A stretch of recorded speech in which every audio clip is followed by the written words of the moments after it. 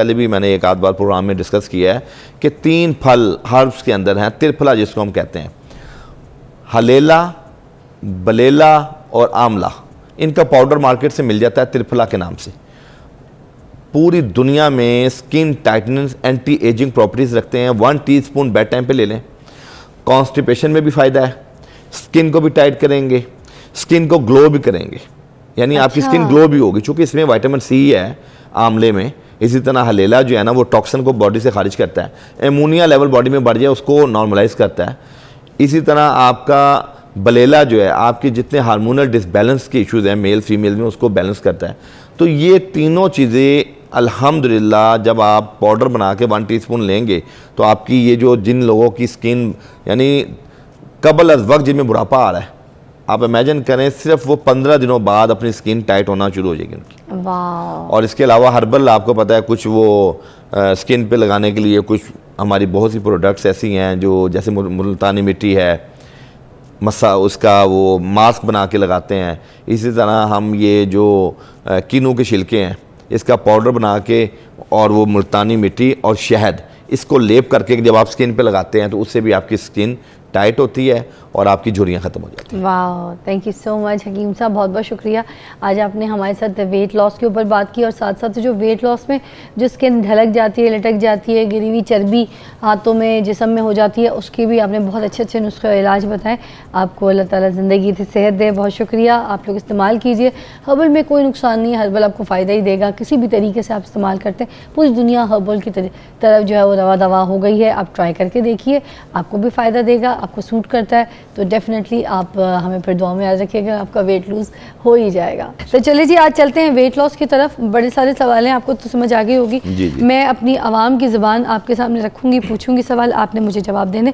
सबसे पहले जो मुझे लगता है मोटापे में एक जो फेस है, फेस की जो डबल चिन है, उसका फैट जाना बहुत मुश्किल होता है, ठीक है ना।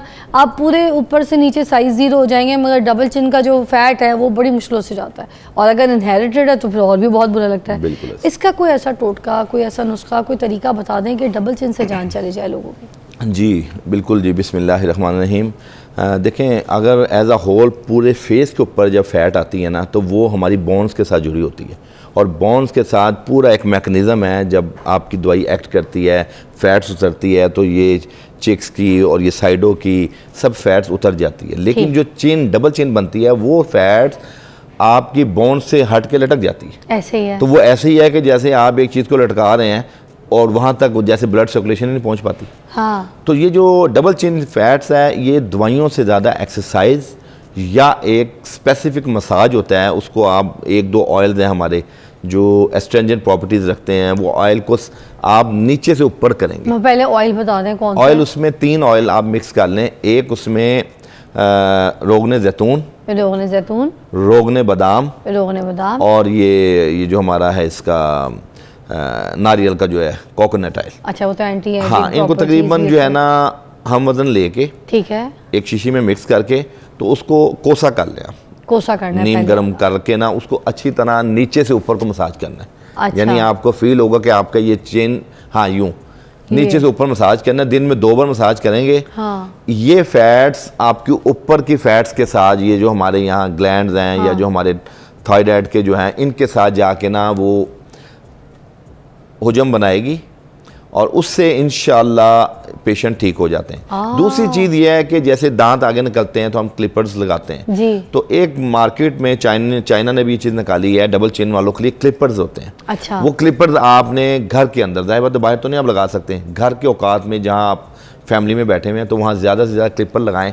उससे वो फैट्स यहाँ से उठ के बाकी फैट्स के साथ मिल के कंपनसेशन हो जाएगी। मतलब यहाँ का फैट जो है वो डाइवर्ट होके ट्रैवल करके हमने कहीं और भेजना है, कम भी हो जाएगा ऑयलिंग से, और इन्फ्लेमेशन भी ठीक होगी, और बाकी स्किन के साथ जब वो जुड़ जाएगा तो उसमें अल्हम्दुलिल्लाह वो बुरी नहीं लगेगी स्किन। अरे वाह, ये तो, ये कब तक करना है, कितने दिन करना है? ये तकरीबन 40 डेज जो है ना, इसका एक नॉर्मल जो है ना एक ट्रीटमेंट के पॉइंट ऑफ व्यू से 40 डेज इसको कर लें। और उसके बाद भी रखना है ये सिस्टम? हाँ, उसमें अगर आप देखें कि दोबारा देखिए मतलब। मोटापे का ये मामला है ना कि जाहिर बात है जब हम ख्याल रखते हैं तो हम पतले भी हो जाते हैं, जब हम ख्याल नहीं रखते हैं तो फिर फैट्स आना शुरू हो जाती है। तो जिन दोनों फैट्स आना शुरू हो जाए देन आप ये दोबारा भी रिपीट कर सकते हैं, बेदरर चीज़ है। अरे वाह।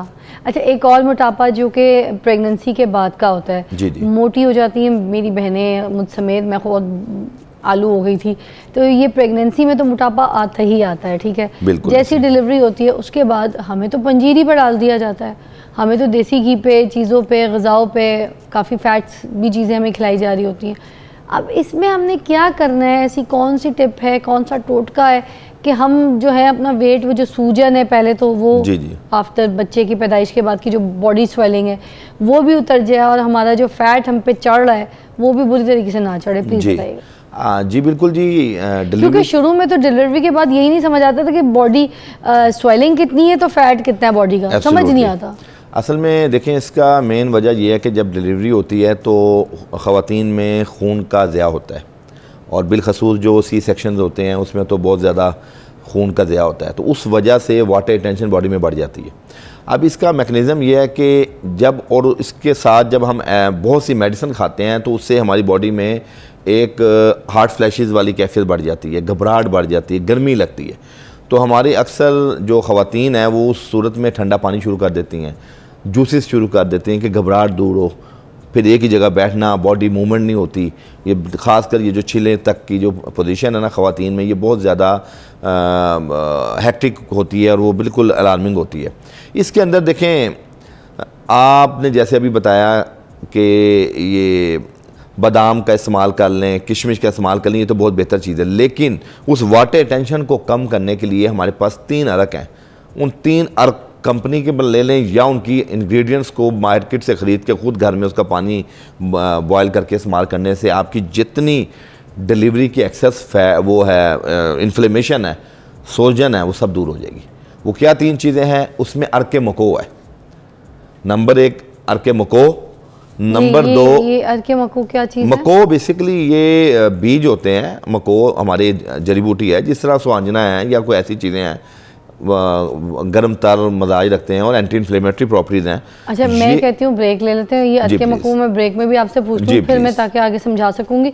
एक ब्रेक लेते हैं, उसके बाद आपको बताते हैं कि ये जो प्रेगनेंसी के बाद का फैट है वो लूज़ करने के लिए कौन सा ऐसा कारआमद टोटका है जो अभी हमें अताउर रहमान साहब बताएंगे। हकीम साहब से पूछते हैं ब्रेक के बाद। वाह भाई, ये तो बड़ी काम की चीज़ बताने लगे। मैंने ब्रेक में पूछा है, बड़ी काम की चीज़ है। सुने जी, प्रेगनेंसी के बाद जो फैट है, जो कि समझ नहीं आता कि स्वेलिंग है या आपका बॉडी फैट है और कितना है ये भी नहीं हमें समझ आता, तो ये चीज़ जो है उसके लिए आपको ये इस्तेमाल करना है। जी बताइएगा। जी देखें जी, अगर तो 3 हमारे अर्क ऐसे हैं जो फौरी तौर पे डिलीवरी के बाद ख़वातीन को शुरू कर देने चाहिए, और उसमें मौसम का भी कोई ख्याल ना रखें, गर्मी है, सर्दी है, और आप देखेंगे कि जितनी फैट्स लटकी हुई है लोअर एब्डोमेन की, वो फौरी तौर पे सूजन जो है वो उतरेगी। और सबसे बड़ी बात यह है कि ये जो इंग्रेडिएंट्स हैं ये इन्फेक्शन को भी क्योर करते हैं। अच्छा। कि डिलीवरी के दरमियान जो आपका ऑपरेशन होता है उसमें पस पड़ने का खदशात को भी ये दूर करते हैं। अरे वाह। वो कौन से 3 अर्क हैं? एक है अर्के मको, मको दाना जिसको हम कहते हैं, दूसरा है अर्के अजवाइन,